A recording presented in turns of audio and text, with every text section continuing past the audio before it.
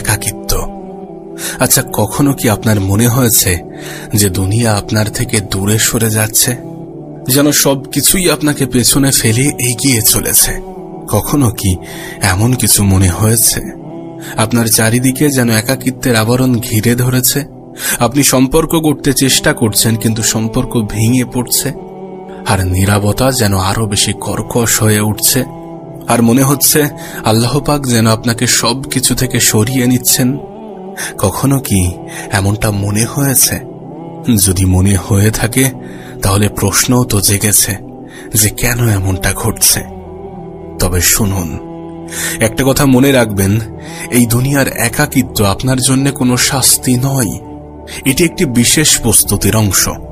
আল্লাহ পাক সাধারণত তাদেরকেই একা করে দেন বা তাদেরকেই একটু আলাদা করেন, তাদেরকেই একটু আলাদা রাখেন যাদেরকে তিনি পরিশুদ্ধ করতে চান, যাদেরকে তিনি রক্ষা করতে চান, যাদেরকে তিনি আরো মহান কিছুর দিকে এগিয়ে নিয়ে যেতে চান। হ্যাঁ, আজ কথা বলবো এমনই 7টি কারণ নিয়ে, যে কারণগুলোর জন্য আল্লাহ পাক তার প্রিয় বান্দাদেরকে একা করেন, একটু আলাদা করেন। তবে শুরু করার আগে একবার নিজেকে একটা প্রশ্ন করুন, যে এই একাকিত্ব যদি আল্লাহর পক্ষ থেকে হয়, আপনাকে পৃথিবীর এই কোলাহল থেকে দূরে সরিয়ে তানার নৈকট্য লাভের জন্য হয়, তানার নৈকট্যে নিয়ে যাওয়ার জন্য হয়, তাহলে কি এই একাকিত্ব মেনে নেওয়ার জন্য আপনি মানসিকভাবে প্রস্তুত? যদি প্রস্তুত হয়ে থাকেন তাহলে চলুন জেনে নেই যে আল্লাহ আপনাকে কেন আলাদা করছেন এবং কিভাবে এই একাকিত্ব আপনার জীবনের সবথেকে বড় বরকতে পরিণত হতে পারে। সর্বপ্রথম কারণ হচ্ছে হৃদয়কে রক্ষা করা। আপনি কখনো খেয়াল করেছেন, আপনি যখন মানুষের ভিড়ে থাকেন তখন আপনার হৃদয় সহজেই বিভ্রান্ত হয়ে যায়। ক্ষণস্থায়ী কথাবার্তা, দুনিয়াবি তুলনা, এছাড়াও নানাবিধি ক্ষতিকারক প্রভাবের মধ্যে আটকে পড়ে। তাই মহান রব্বুল আলামিন মাঝে মাঝে এগুলো থেকে আপনাকে দূরে সরিয়ে নেন। সুতরাং মনে রাখবেন, এটি কোনো শাস্তি নয়, আল্লাহ পাক এটি করেন আপনার হৃদয়কে রক্ষা করার জন্য, এবং এটি তার বিশেষ একটি প্রক্রিয়া। একটা কথা মনে রাখবেন, আপনার হৃদয় কিন্তু রত্নের মতো মূল্যবান। যদি একটি রত্নকে উজ্জ্বল রাখতে হয় তাহলে সেটিকে এমন কোনো পরিবেশে রাখা যাবে না যেখানে সেটি নষ্ট হয়ে যেতে পারে, যেখানে সেটি ক্ষতিগ্রস্ত হতে পারে। তাই আল্লাহ পাক আপনাকে মাঝে মাঝে পৃথিবীর এই ভিড় থেকে দূরে সরিয়ে রাখেন, যাতে আপনার মন পবিত্র থাকে এবং খারাপ প্রভাবগুলো থেকে মুক্ত থাকে।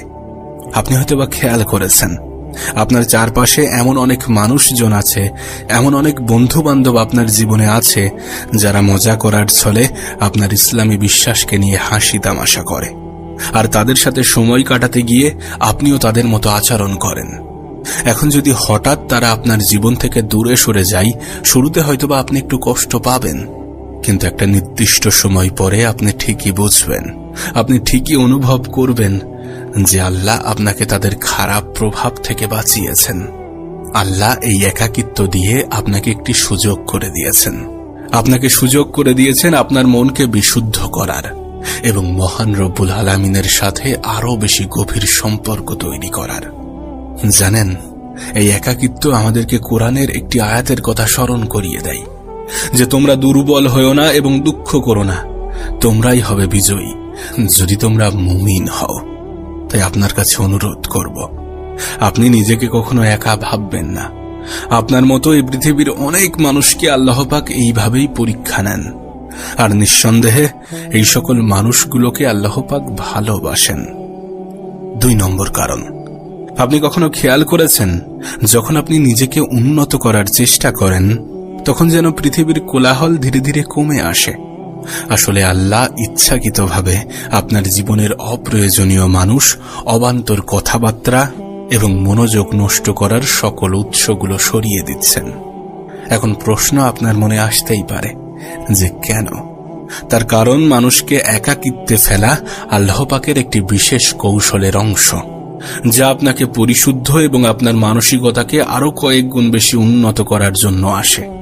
একবার ভেবে দেখুন, যখন আপনি মানুষের মধ্যে থাকেন, যখন আপনি মানুষের কথাবার্তা, মতামত, অর্থহীন বাস্তবতা বা খারাপ সম্পর্কগুলোর মধ্যে থাকেন, তখন কি আপনি নিজের কথাগুলো শুনতে পান অথবা আল্লাহর সাথে গভীর সংযোগ স্থাপন করতে পারেন? না, কখনোই তা পারেন না। কিন্তু একাকিত্ব সেই কোলাহল থেকে দূর করে আপনাকে নিজের বাস্তবতার মুখোমুখি দাঁড় করাতে বাধ্য করে। আপনাকে শেখায় কোন বিষয়গুলো সত্যি গুরুত্বপূর্ণ এবং কোন বিষয়গুলো অতটা গুরুত্বপূর্ণ নয়। একটা কথা সবসময় মাথায় রাখার চেষ্টা করবেন, আল্লাহ পাক আপনাকে শাস্তি দেওয়ার জন্য একা করেন না। আল্লাহ পাক আপনাকে দুর্বল করার জন্য একা করেন না, বরং আপনাকে মজবুত করার জন্য একা করেন। একবার ভেবে দেখুন, নবী পাক সাল্লাল্লাহু আলাইহি সাল্লাম আল্লাহর পক্ষ থেকে ওহী প্রকাশ হওয়ার আগে প্রায়ই হেরা গুহায় ধ্যানমগ্ন করার জন্য যেতেন। এই একাকিত্ব শুধুমাত্র শারীরিক ছিল না, এটি ছিল তার আধ্যাত্মিক প্রস্তুতির একটি অংশ। ঠিক তেমনি আপনার জীবনের একাকিত্ব হতে পারে আল্লাহর একটি পন্থা, যা আপনাকে একটি বড় উদ্দেশ্যের জন্য প্রস্তুত করছে। তবে এটা ঠিক, এটা বাস্তব যে একা থাকাটা সবসময় সহজ নয়। অনেক সময় এটা আপনার কাছে অনেক ভারী, অনেক বেদনাদায়ক মনে হতে পারে। হয়তোবা আপনার মনে হতে পারে যে সকল মানুষগুলো আপনার সাথে ছিল তারা কেন হঠাৎ আপনার থেকে দূরে সরে গেল। আপনি কি জানেন, সবাই আপনার সাথে এই যাত্রাপথে থাকার জন্য নয়। কিছু মানুষ শুধুমাত্র সাময়িক সময়ের সঙ্গী, আর কিছু মানুষ শিক্ষা দিয়ে চলে যায়। এটাই বাস্তব, এটাই স্বাভাবিক। একটা কথা মনে রাখবেন, একাকিত্বের অস্বস্তিও সাময়িক, কিন্তু একাকিত্বই আপনার পরম বন্ধু। এই একাকিত্ব যে স্পষ্টতা এবং শক্তি আনে, সেটা আপনার মধ্যে সারা জীবন থেকে যায়। এই নীরবতা আপনাকে শেখায় যে আল্লাহর উপরে বিশ্বাস রাখতে হবে, আল্লাহর উপরে বিশ্বাস করতে হবে। আপনি এটা বুঝতে পারেন, আপনি এটা অনুভব করেন যে এই দুনিয়ায় আল্লাহর থেকে অধিক আপন কেউ হয় না। আপনাকে আরো শেখায় যে মানুষের গ্রহণযোগ্যতা নয়, বরং স্রষ্টার সাথে আপনার সম্পর্কটাই আপনার প্রকৃত মূল্য নির্ধারণ করে। সুতরাং একাকিত্ব কোনো শাস্তি নয়, এর দ্বারা আল্লাহ আপনাকে সেই ব্যক্তি বানাচ্ছেন যার প্রাপ্য শুধুমাত্র আপনি নিজেই।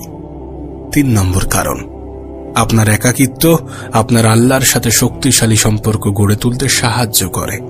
আচ্ছা, কখনো কি এমন অনুভব করেছেন যে কেউ আপনার অনুভূতি ঠিকঠাকভাবে বুঝতে পারছে না? আপনার কষ্টের কথাগুলি যখন আপনি অন্যদেরকে শেয়ার করেন, তখন তাদের চিন্তাভাবনার সাথে আপনার চিন্তাভাবনার মিল খাচ্ছে না। এটি আল্লাহর পক্ষ থেকে একটি বিশেষ আমন্ত্রণ। যখন আল্লাহ আপনাকে একা করেন, তখন এটি তার দিকে আরো বেশি টেনে নেওয়ার একটি বিশেষ উপায়। আপনি হয়তোবা খেয়াল করেছেন, যখন আমাদের জীবনটা একটু সুন্দরভাবে চলতে শুরু করে, তখন আমরা আমাদের বন্ধু বান্ধব, পরিবার এবং বস্তুগত স্বাচ্ছন্দ্যের উপরে একটু বেশি নির্ভর করি। কিন্তু যখন আপনি একা হয়ে যান, যখন আপনার জীবন থেকে সেই সকল ভরসার খুঁটিগুলো সরিয়ে দেওয়া হয়, তখন আপনার পাশে একমাত্র তিনিই থাকেন, যিনি সবসময়ই আপনার সঙ্গে ছিলেন। আর তিনি হলেন আমাদের রব, আমাদের সৃষ্টিকর্তা, আমাদের আল্লাহ। আপনাকে একটা প্রশ্ন করব, আচ্ছা, কতবার আপনি আল্লাহর কাছে চোখে অশ্রু নিয়ে ফিরে গিয়েছেন? কতবার আপনি আল্লাহর কাছে মন থেকে ফিরে গিয়েছেন? এটা তখনই হয় যখন আমাদের দেয়ালে পিঠ ঠেকে যায়, যখন আমাদের অন্য কোথাও থেকে সাহায্য আসার সম্ভাবনা থাকে না, যখন আমরা একা হয়ে যাই। আপনার একাকিত্ব আপনাকে ঠিক এই গভীর নির্ভরশীলতার দিকে ধাবিত করে, যেখানে আল্লাহ আপনাকে বলছেন, আমার কাছে ফিরে এসো, আমিই তোমার জন্য যথেষ্ট। তবে এখানে একটা বিষয় পরিষ্কার থাকতে হবে, একটা বিষয় বুঝতে হবে যে এটা এমন কোনো কিছু নয় যে নিজেকে উম্মার থেকে আলাদা করতে বলা হচ্ছে। এটা মাথায় রাখতে হবে যে ইসলাম একতার ধর্ম, আর আমাদের শক্তি এই একতার মধ্যেই নিহিত।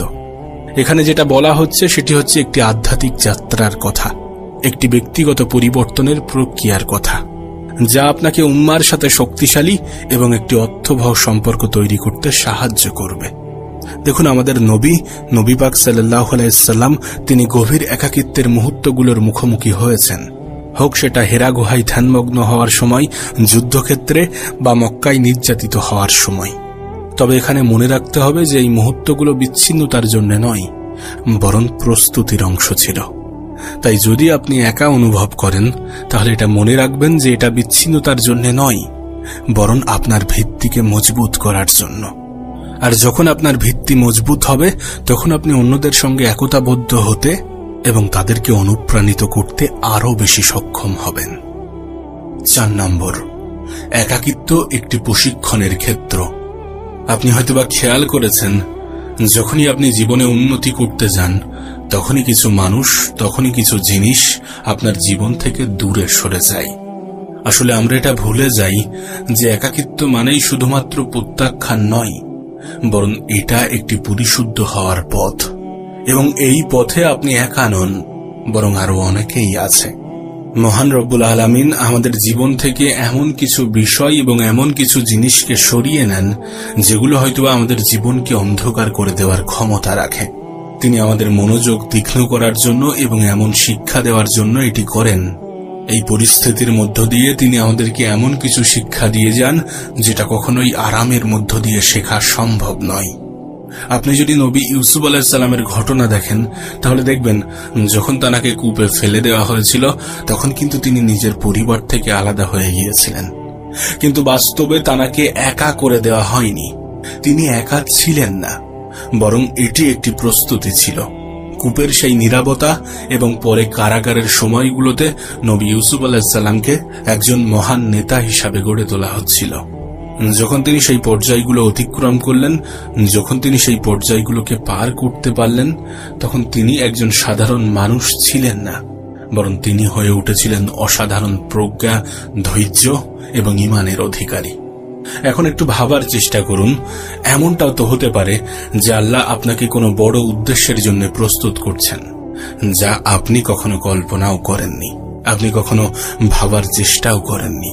তখন কি আপনি হাল ছেড়ে দিয়ে বসে থাকবেন? হ্যাঁ, এটি স্বীকার করতে হবে যে একাকিত্বের কষ্ট, কাছের মানুষকে হারানোর বেদনা, নীরবতার মুখোমুখি হওয়া এবং উপেক্ষিত হওয়ার অনুভূতিগুলো আপনার আত্মমূল্যকে প্রশ্নবিদ্ধ করতেই পারে। কিন্তু একটা কথা মনে রাখবেন, হীরাকে তৈরি করার জন্য চাপে রাখা হয়, আর সবথেকে ভালো তরবারি তৈরি হয় আগুনের ছাঁচে। এই একাকিত্বের মধ্যে আপনার যে সংগ্রামগুলো হচ্ছে, এগুলো আল্লাহর সেই উপকরণ যার মাধ্যমে তিনি আপনাকে আপনার সর্বোত্তম রূপে পরিণত করছেন। দয়া করে তাড়াহুড়ো করে এই নীরবতা পূরণের চেষ্টা করবেন না। যে সম্পর্ক, যে সংযোগগুলো আল্লাহ পাক সরিয়ে দিয়েছেন তা পুনরায় জোর করে ফিরিয়ে আনার চেষ্টা করবেন না, বরং এই সময়ে নিজের ভিতরে তাকানোর চেষ্টা করুন। নিজেকে প্রশ্ন করুন, নিজেকে জিজ্ঞাসা করুন যে আল্লাহ আমাকে এর মাধ্যমে কি শেখাতে চাইছেন। বিশ্বাস করুন, আপনার এই দৃষ্টিভঙ্গির পরিবর্তন আপনার একাকিত্বকে শাস্তি থেকে উপহার বানিয়ে দেয়। যখন আপনি এই পর্যায়টি উপলব্ধি করবেন, তখন আপনি একটি গভীর সত্তা অনুভব করবেন যে একাকিত্ব আপনাকে ভাঙার জন্য ছিল না, বরং এটি ছিল আপনাকে গড়ে তোলার জন্য।